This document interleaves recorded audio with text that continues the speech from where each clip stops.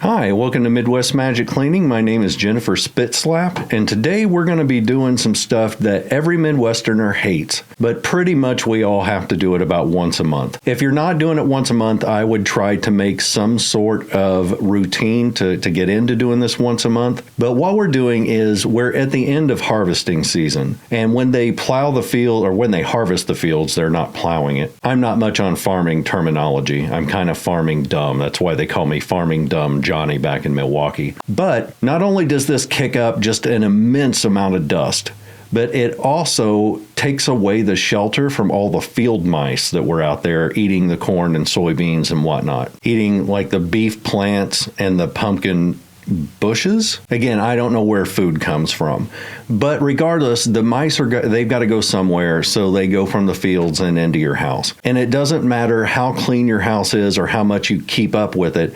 Eventually, it's going to happen. You're going to get mice in your house, and where there's mice poop. So what we're going to do is take everything out of the cabinets, wipe it all down, and put stuff back. But there is an ulterior motive for doing this. It gives you a chance to get rid of any expired food. It gives you a chance to redesign your cabinets, because sometimes if you're like me, you will get used to something being in the same place every time, but also you will sort of instinctually think that cups should be in this cabinet and not in this cabinet. So now would be the time to change that around. Also, if you have somebody in your house with object permanence issues and somebody who's kind of OCD, sometimes it's kind of fun to mess with them just by moving something that they're totally used to. I mean, if you're not torturing the people who you live with, do you really even love them? So I'm taking everything out of these cabinets. I'm going to put it all at once on my countertops. Then I'm going to wipe this stuff down with an alcohol mixture. I use either 70% or 90% alcohol. It doesn't really matter which one, because I'm not going full-blown sanitization on this. I just want it to be clean. I fill a bottle about 1/3 of the way up with that alcohol. And then I put a few drops of dish soap in there. I use Dawn, but you can use whatever you want. And then the rest of it's filled with water.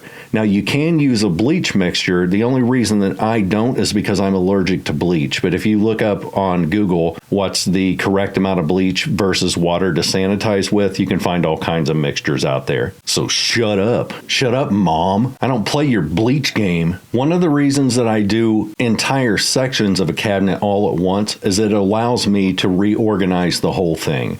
Now, if you've got so much stuff in your cabinets that it's taken you an hour to do just these three, you've got too much crap. It's time to start decluttering, and again, this is the perfect way to declutter. If you're overloaded with dishes, see what you can live with and donate the rest to a thrift store or a charity or somebody who's just moving into a house for the first time, or just a random wild moose. Moose love to eat dishes. You can set those out there, and overnight they will come and eat the dishes from your lawn. And if you're lucky, you'll hear them in the background saying, "Thank you so much for the dishes. I am a happy moose." Shut up, Moose. I'm trying to sleep. I'm sorry. Shut up, you stupid moose. But it's also the same with food. Not only are we going to get rid of the things that are expired, but what we're looking for is things that you bought that you thought people would eat, even if it's just you living alone. And if that thing is set there for a really long time and it's not been eaten, it probably isn't going to be eaten.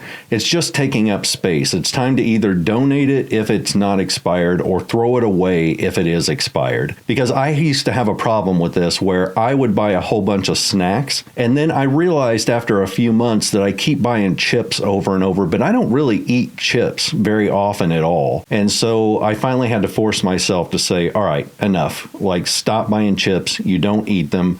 No one's ever going to come over and be like, hey, do you got any chips? You don't? Well, now it's time to throw down, son. And then the next thing you know, you're chip fighting. And I don't want that in my life. So I just went ahead and got rid of them.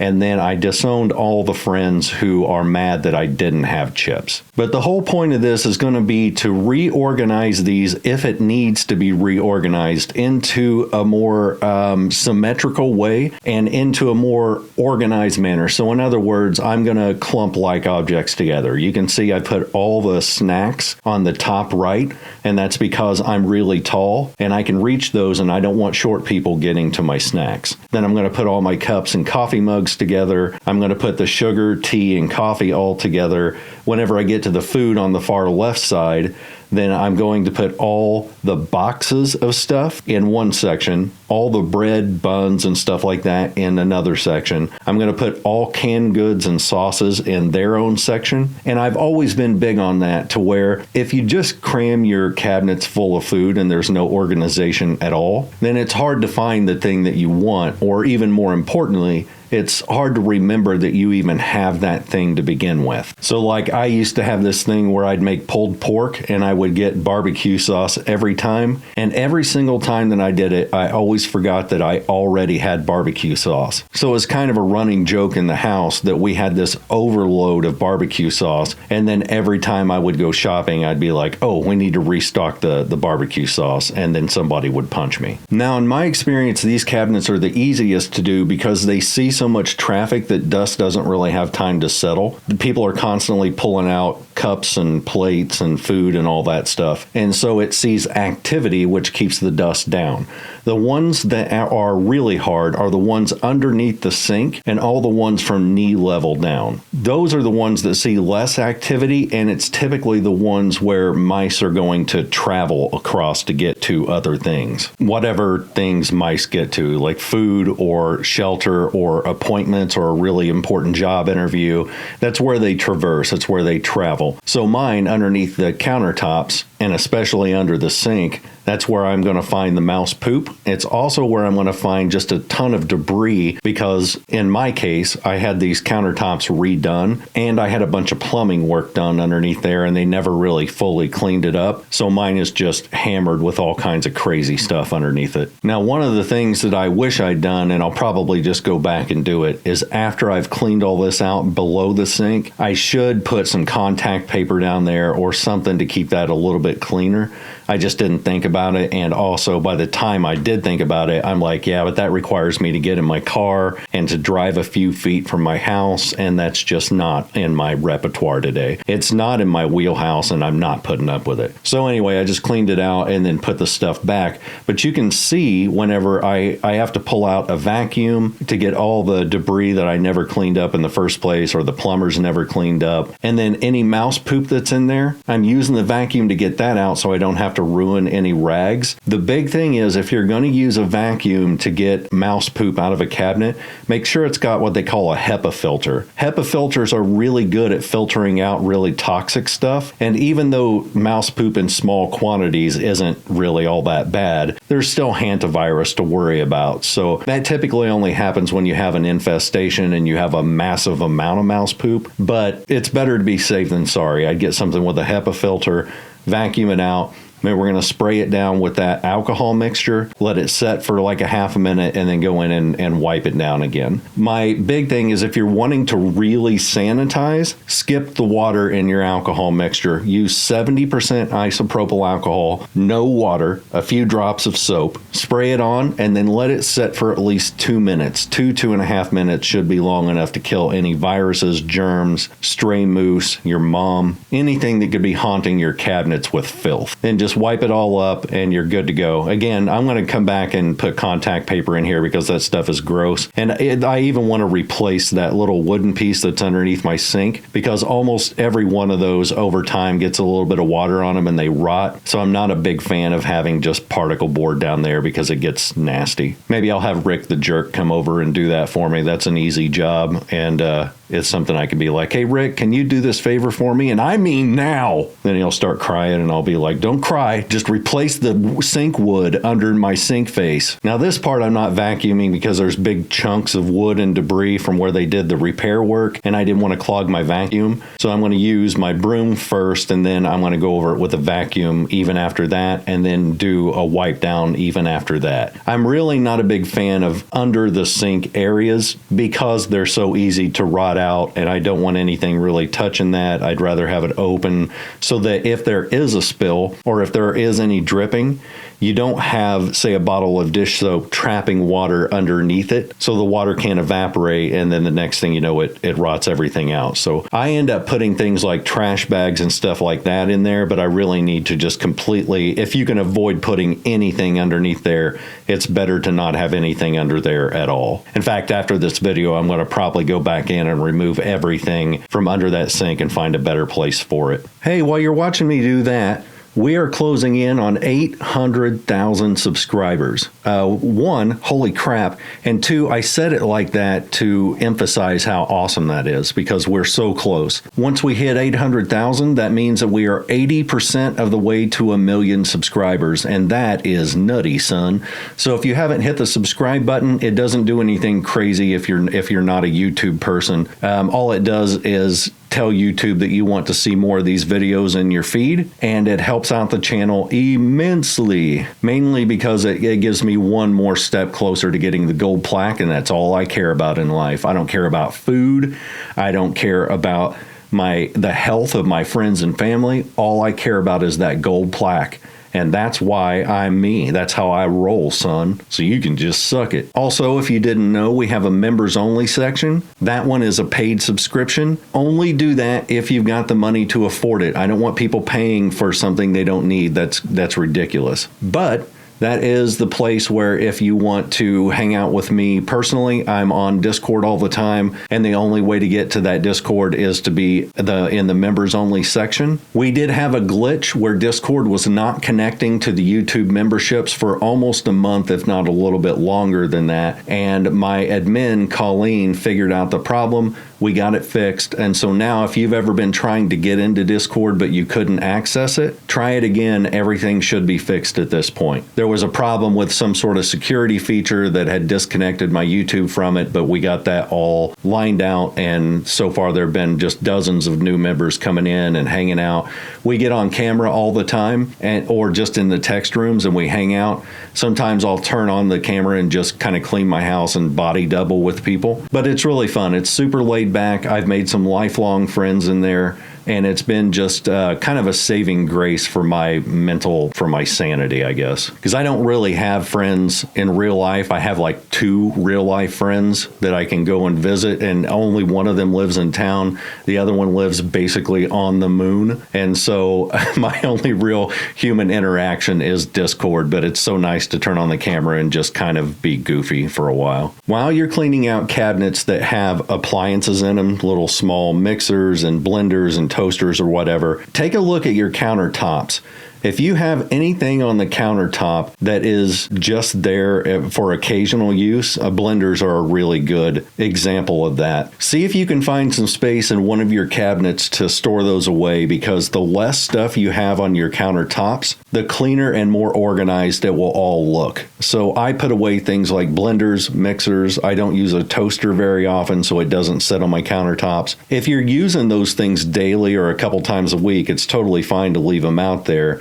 Or if you just plain don't have space in your cabinets anymore, obviously they've got to go somewhere. But I try to keep in mind that if I don't have enough space to store my stuff, then I don't have a space problem, I have a stuff problem. So I will get rid of stuff. If you don't remember anything else from this video, I would like you to remember this one thing. Once per month, no matter what, pull out all your grocery bags, because I don't know if it's the same thing in other countries, but in the US, we all save grocery bags because they can be used to change cat litter or be used to line, like office trash cans are the perfect size for grocery bags, so you don't have to buy trash bags. You just save your grocery bags and use those. Once per month, look at how many you've got, and if you have an excess, throw half of those away at a minimum. Then the next month, look at your excess and see if it's grown or shrunk. And so what we're going to do is we're going to start cutting down on the amount of bags that we keep until we're keeping just enough per month to do whatever it is we need to do. I had so many that if I changed the cat litter every day for the next 4 months, I wouldn't have ran out of grocery bags. So I threw away like 75% of the ones that I've got. And then next month when I do this, I will take a look. And if the pile that I've got has grown, it means I'm saving them in excess. So at that point, instead of getting rid of 75% of them, I'll get rid of 80% of them until I find a nice sweet spot of what's good to keep and what's good to throw away. But it's time to let the bags go, man. I in every house that I've gone into to help out, that's the thing they have the most overload on is grocery bags and usually pots and pans. They've got 10 frying pans and 20 lids, and there's no need to have that much stuff, even if you're in a family of 5. So this is the perfect time to start cutting down on the extra crap that you're keeping in your cabinets. And also, you will do it. Now, I'm not just saying this. It's not like a do as I say, not as I do sort of deal. I am decluttering as I'm going through this. So this last cabinet that I'm going through on this side is where I keep all of my flat cookware. So baking pans, baking dishes, cookie sheets, pizza pans, all that type of stuff. I looked in here and I've had these for 2 years and I have never used 3/4 of these. So as I'm pulling them out, I'm like, I do use this one and this one and this, but I don't use any of these other ones, these aluminum type ones. So they're just going. It's time to let those freaking things go because they're just taking up space. And when I look at it as a sense of value, I value the space more than I value the stuff. And so if I've had these for 2 years and I haven't used them, there's never going to be a point where I go to cook something and go, oh my gosh, I can't believe I threw that one pan away. I need exactly that baking sheet. Otherwise, this thing that I'm cooking can't be made. It's physically impossible. It's just not going to happen. So it's time to get rid of that stuff and free up space so that the stuff that's in my cabinets are accessible. Instead of having to dig through a pile of 2 feet worth of useless dishes in order to get down to the ones that I need to use, I can just reach in and grab the thing that I need. If this was the type of channel where we did assignments and it was kind of a how-to channel, which it's not really, but I guess we're kind of leaning there. Anyway, if we were the type of channel that did assignments, the assignment that I would give you for this week is go through all your pots and pans and get rid of the ones that you do not use. And that includes ones that may have value. They may still be functional, but if they're burnt all to hell, or you've got a non-stick pan that's really scratched up, that's actually dangerous to use because you can get microplastics and micrometals in your system from using a non-stick pan that's scratched up. It's time to get rid of it. And especially go through your lids. Match them up to the pots and pans that you have and get rid of any of the extras. Because what I've found, and I may be the opposite of most people, but I've found that I will throw away an old pan, but I'll forget to throw away the lid, or I will think, well, this lid will fit on this other pan, so I might as well keep it. And then I end up with 4 times as many lids as I do pots and pans for them to go on. So let's match those up to the pots and pans and get rid of the extra lids, or get rid of all the old ones that are broken or scratched up or nasty and just outdated. Let's get rid of that stuff. Let's start valuing the space over the stuff. I promise you, the next time you go to get a cookie sheet and you don't have to pull up 20 random ass pots and pans to get to it, it feels so good because you can just reach in and grab it, and you don't have to lift 75 pounds worth of metal that's on top of it in order to get to it. It really does feel good. And then you'll notice whenever you get rid of a bunch of that old stuff, you'll be like, oh, well, I guess I didn't need it after all because I've got plenty of stuff here to cook with. Anyway, like I said, if you haven't yet, please hit the subscribe button. We want to get to that 1 million as soon as possible, and then I'll never ask you to hit the subscribe button ever again. And then I guess we could try hitting the like button. I never ask people to do that, but I don't know if that helps videos or not. I've never seen a huge difference, but it couldn't hurt to ask, right? So I guess if you've forgotten to hit the like button, please do. We'll see what it does. Members, I will see you guys this Wednesday. Everybody else, I'll see you next weekend. Later.